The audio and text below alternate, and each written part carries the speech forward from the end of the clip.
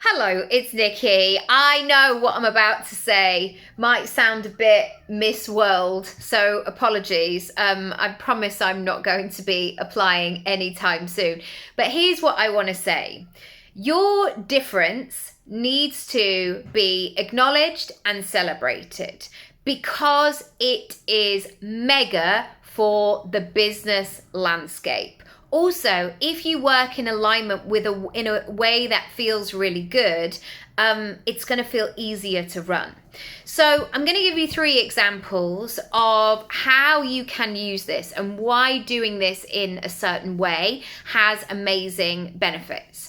So I work with a lot of founders, lots of them have ADHD, and lots of them are introverts, lots of them are shy, lots of them would classify themselves, and this is not me doing it, they would do it, that they are socially awkward. A lot of people are burnt out when they come to me. And so instead of saying, here is my 7-step plan, and this is what you're going to do, you're going to start at 1 and go to 2 and then all the way up to 7, and then you are going to have the perfect model. I really disagree with that way of working. And what will happen is, unless you pay attention to what you need and how you like to work, you're actually going to end up missing the superpower parts of your personality.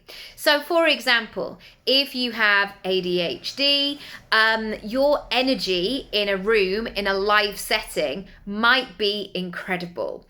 You might be that person, not that I know if he has or not, but somebody like Tony Robbins who's like, yeah, I can talk for 12 hours, no problem. 12 hours, that's just my standard, that's just the way. I can captivate 3,000 people in a room, no problem, absolutely. Equally, if you are shy or introverted or prefer much more home life in that way, and you don't want to leave your house, you could create the most incredible funnel and be able to operate your business in that way too. The second thing I want to say is sometimes identifying what you think might hold you back might be the magic that you bring to. So when I qualified as a coach in 2013, there were lots of contemporaries that I had that I'd met along the way in those early networkings, and it was magic and brilliant. And I then had my son in 2015. So at that time, 1, 2, 3 years in business where people were going, right, brilliant. I've got the basics in place and I'm going to go here, there and everywhere. And I'm going to grow and I'm going to go to this retreat and I'm going to work with this client in America and I'm going to do all of these things. I was actually doing the opposite. I was thinking, how can I make my business work by being closer to home? How can I do this in a way that is more flexible with my son? So actually things like digital products came in much earlier.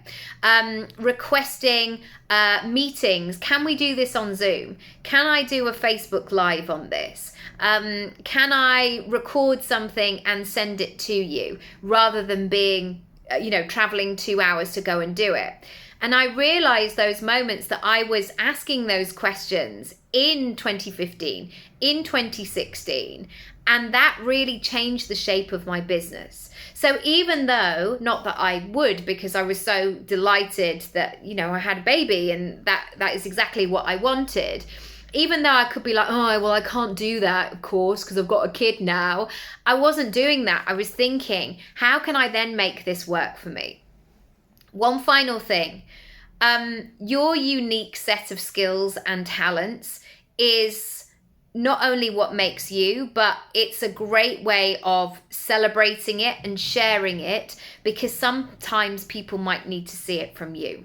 So I've always, for the last 20 years been talking about having a portfolio career, being able to use that business side of my mind and my creative mind, being able to make money in a way that feels really great, being able to do lots of different things, having freedom and flexibility, and not being stuck in an office where I'm on countdown and I hate every minute of it. And I realized that early on, even though I struggled with that state sometimes because it felt difficult to navigate, or I felt a bit embarrassed. I felt like I wasn't being clear that I was doing all of these things. I've now realized that I am the person, or a person in the conversation, to talk about it. And my unique setup, and likewise other people have their unique setups, are really valid in this conversation.